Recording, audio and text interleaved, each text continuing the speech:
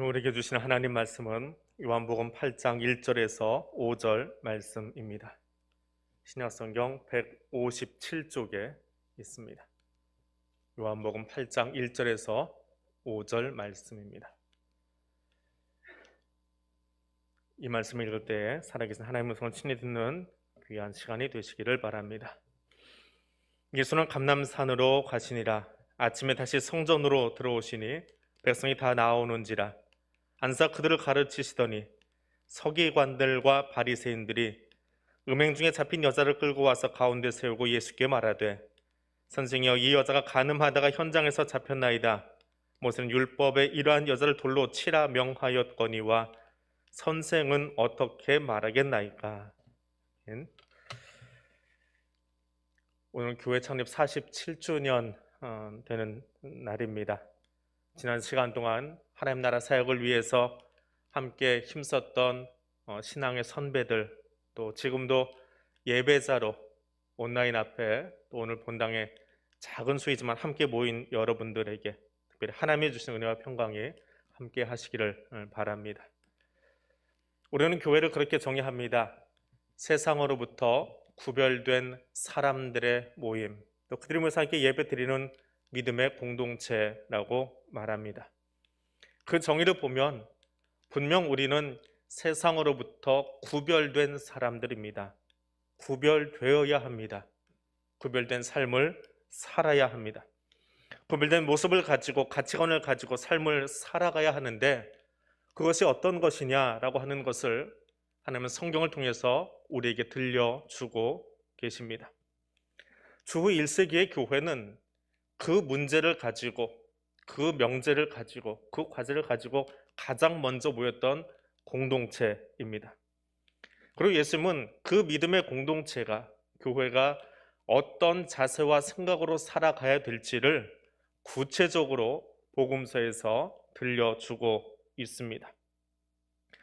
요한은 그가 기록한 복음서를 통해서 오늘 우리가 보고 있는 이 8장의 사건이 유대인들의 명절에 일어난 일이다 라고 7장에서 미리 밝혀놓고 있습니다. 유대 초막절로 알려진 때에 일어난 사건이 오늘 본문의 말씀입니다. 이 초막절에는 로마 제국의 앞자에서 전 세계로, 팔레스타인만이 아니라 제국 내에 전 세계 각처에 흩어져 있던 유대인들이 1년에 단 한 번 예루살렘으로 모여드는 날입니다. 그 명절 지키기 위해서, 종교적인 명절이지요. 우리의 추석이나 설과 다르게 종교적인 명절을 지키기 위해서 모여듭니다. 얼마나 많은 수가 모여드는지 혹여나 하는 일 때문에 로마에서 이 기간에는 특별히 로마의 군대가 이 팔레스타인 지역에 파견되고 상주해야 될 만큼 정말 많은 인원이 움직이고 있었던 그런 시간입니다. 로마에게는 긴장감이 있는 시간이고, 거기 참여한 유대인들에게는 뭔가의 목적을 가지고 세계로 흩어졌던 사람들이 그 먼 길을 걸어서 혹은 낙타 타고 말 타고 나귀 타고 달려온 시간입니다. 그 사람들 왜 모였습니까? 왜 1년에 한 번 그 먼 길을 그렇게 힘겹게 거기까지 찾아왔습니까? 겉으로 드러난 단 한 가지의 과제는 제사입니다. 예배드리기 위해서, 초막절 행사를 지키기 위해서 거기에 참여했습니다. 그런데 그 명절 예배드리기 위해 거기에 모여든 그 많은 사람들 중에 서기관과 바리새인이 한 여자를 예수님 앞에 끌고 나온 것으로 오늘 본문의 이야기가 시작되고 있습니다. 예수님은 자신의 정체성을 이야기하고 교회의 모습을 이야기하면서 이 조금은 부끄러운 이야기, 입에 올리기는 조금 걸끄러운 것 같은 이 이야기를 배경과 함께 아주 자세하게 설명을 해 주시고 있습니다.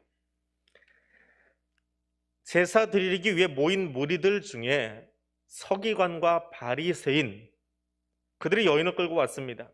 그들은 종교 지도자들입니다. 율법학자들이고, 오늘로 이야기하면 신학대학의 교수급, 이것이 서기관이고요.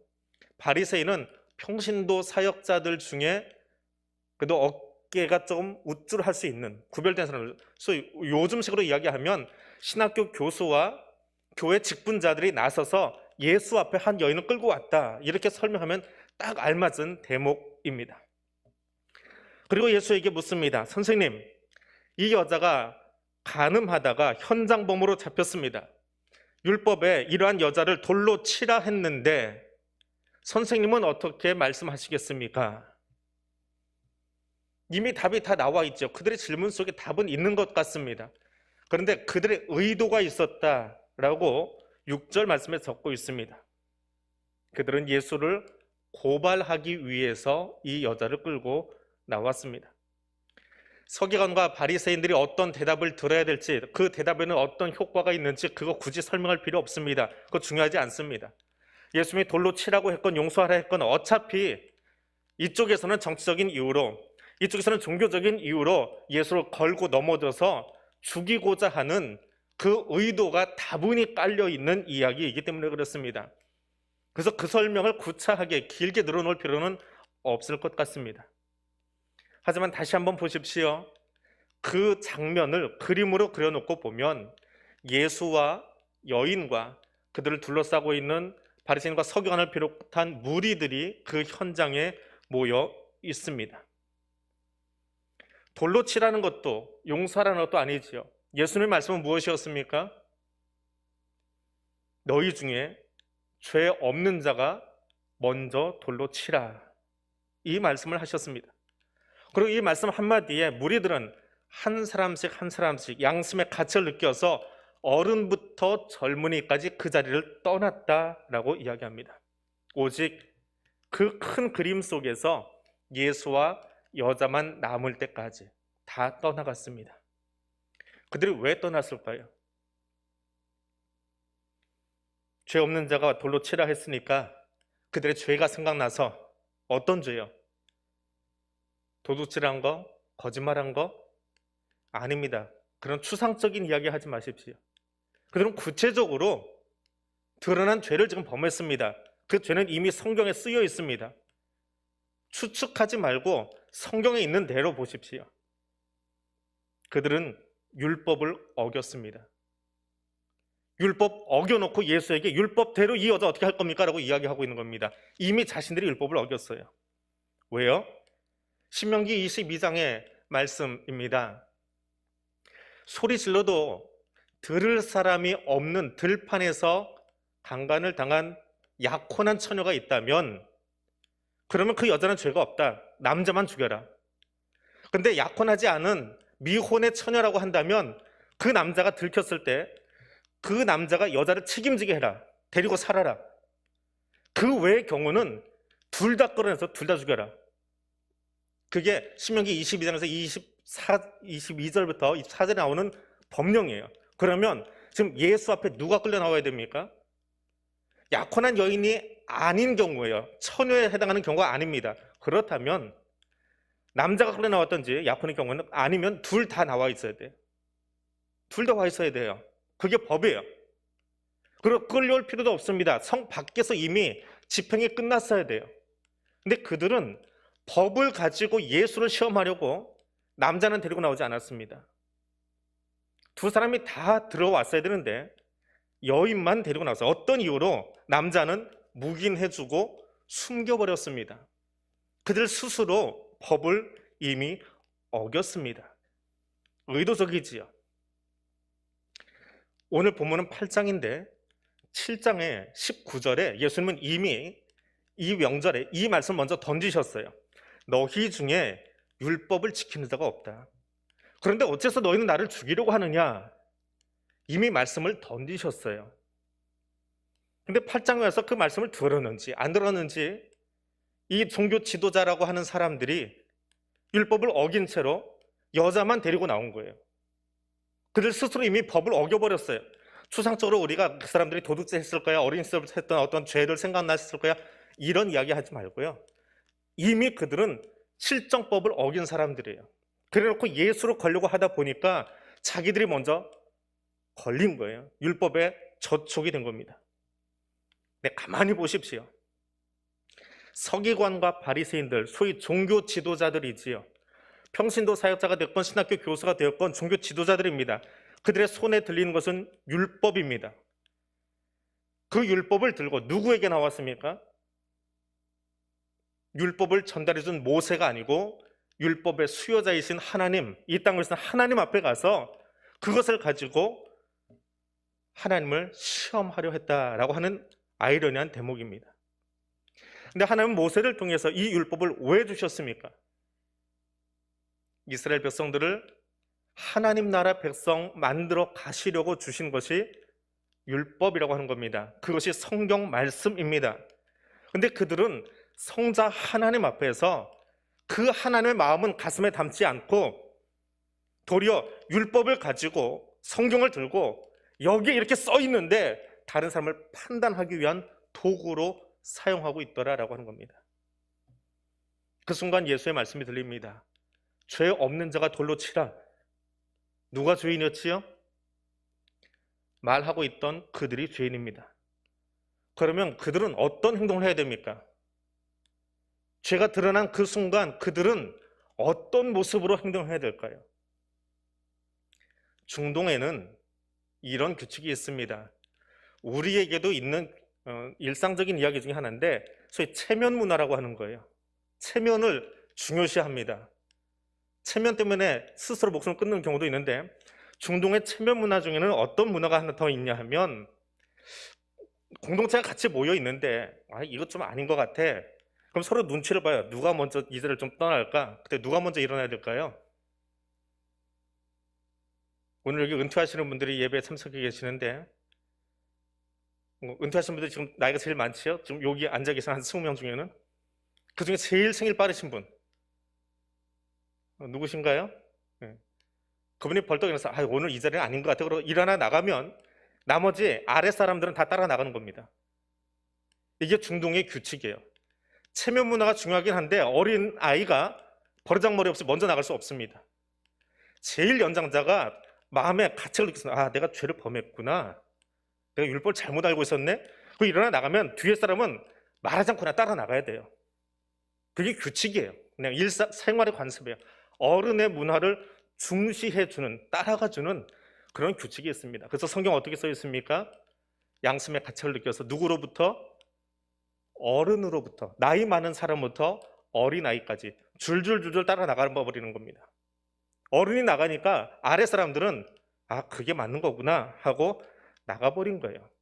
그것이 나이 많은 사람이었는지 아니면 혹이 어린이라고 한 단어가 종교적으로 신앙적으로 연륜이 더 많았던 사람을 이야기하는지 모르지만 아무튼 그들은 중동의 규칙을 따라서 그 자리를 떠나버렸습니다.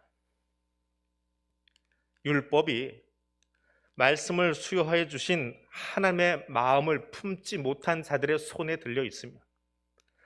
하나님의 마음을 품지 못한 채 성경을 들고 있으면 우리는 이 성경을 기준으로 다른 사람을 판단합니다. 그리고 한 손으로 뭘 들어요? 돌을 듭니다. 성경은 들고 있는데 성경으로 누군가를 살리고 그 사람을 구원하기 위해서 사용하는 것이 아니라 이 성경을 주신 분의 마음을 모르기 때문에 하나님 앞에서 돌을 들고 으쌰으쌰 하는 일에 사용합니다.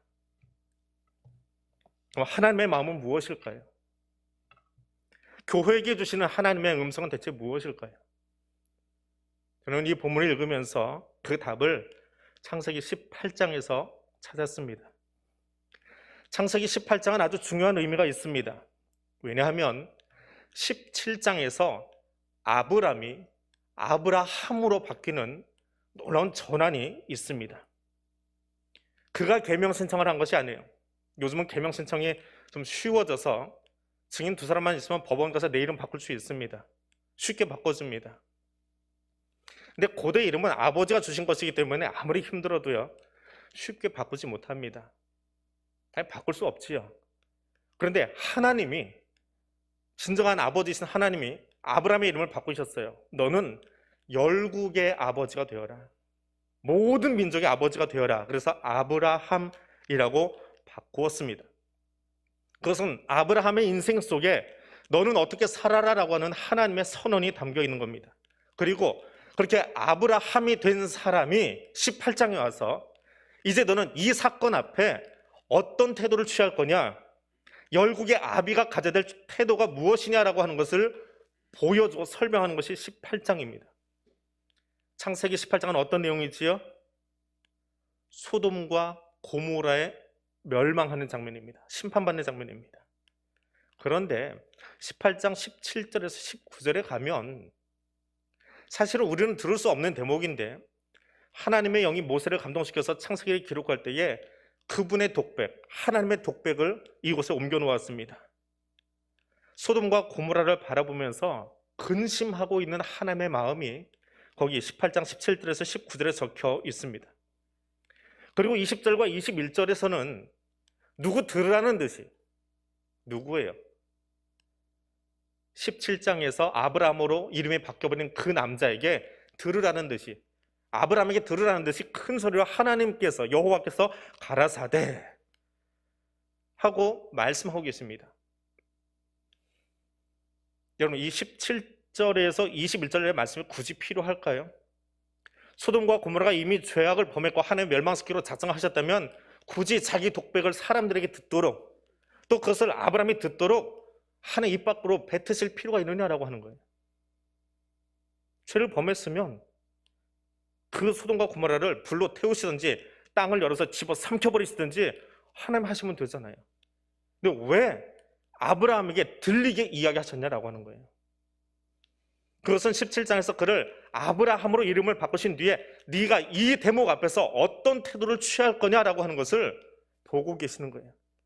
더불어서 그 장면은 또한 출애굽한 이스라엘 백성들에게 너희는 옛 세상에서 떠나서 나의 새 백성이 됐는데 아브라함의 믿음과 같이 이런 사람으로 살아라라고 하는 겁니다.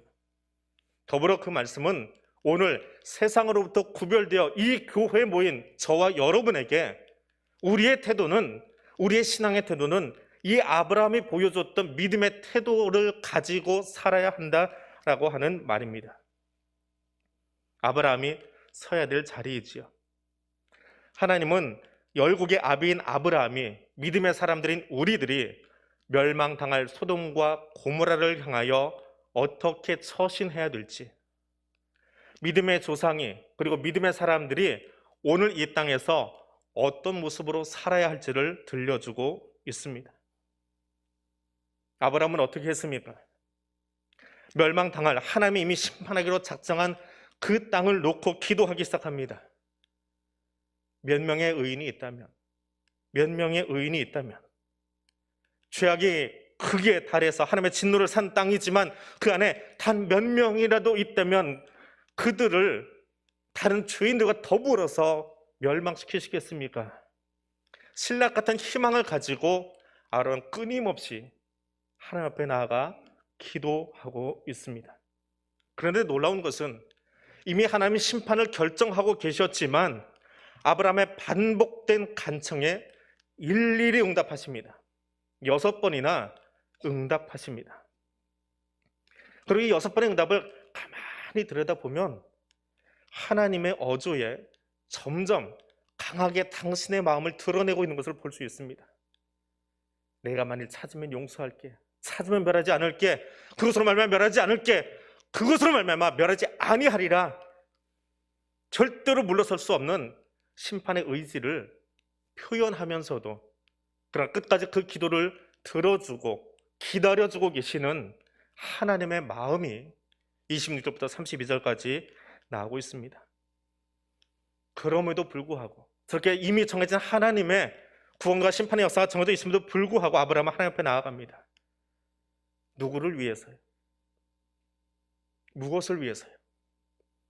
죄로 말미암아 하나님의 심판 앞에 놓인 도성 소돔과 고모라를 위해서 신라 같은 희망 한마디를 전하려고 거기 나아가 있습니다.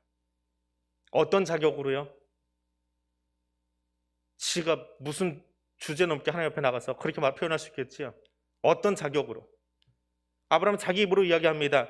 감히 티끌같지만,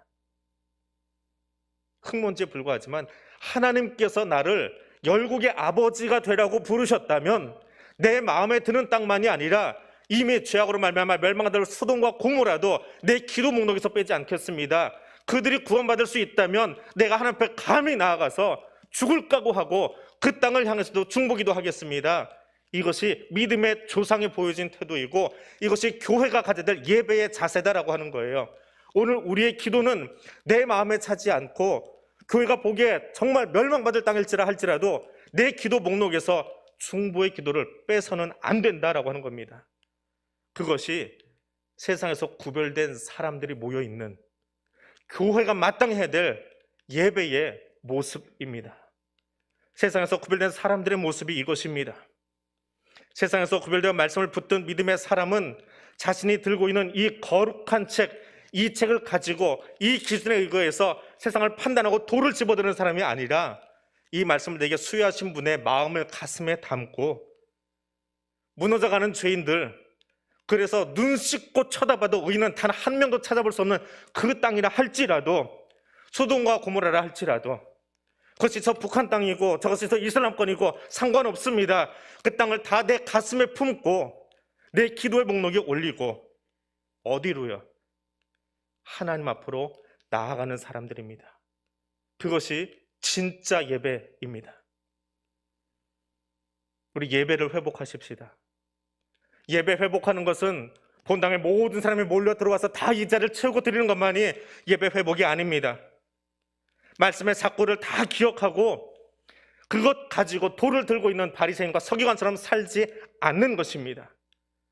오히려 말씀을 수여하신 분의 마음을 내 가슴에 담고 세상을 향한 제사장의 마음을 가지고 하나님을 향해선 두려운 마음을 가지고 그분 앞에 나아가는 것이 예배입니다. 그렇게 예배 드리는 자를 통해서, 그런 예배자들이 모여있는 예배 현장을 통해서 무너진 질서와 신음 가운데 놓여있는 땅은 희망의 끈을 잡을 수 있습니다. 열국의 아비가 소돔과 고모라를 놓고 기도할 때에 이미 심판을 결정했을지라도 기다려주신 하나님처럼 지금도 이 예배의 자리에서 아파하는 땅을 위해서, 시원한 많은 땅을 위해서, 제가 환영한 그 땅을 위해서 우리가 엎드려 기도하고 있다면, 그것으로 인하여 예배드리고 있다면 하나님 기다려주십니다. 그리고 세상은 우리의 예배가, 우리의 기도가, 우리의 엎드림이 그들이 살아날 수 있는 신락 같은 희망이 될 수 있는 겁니다.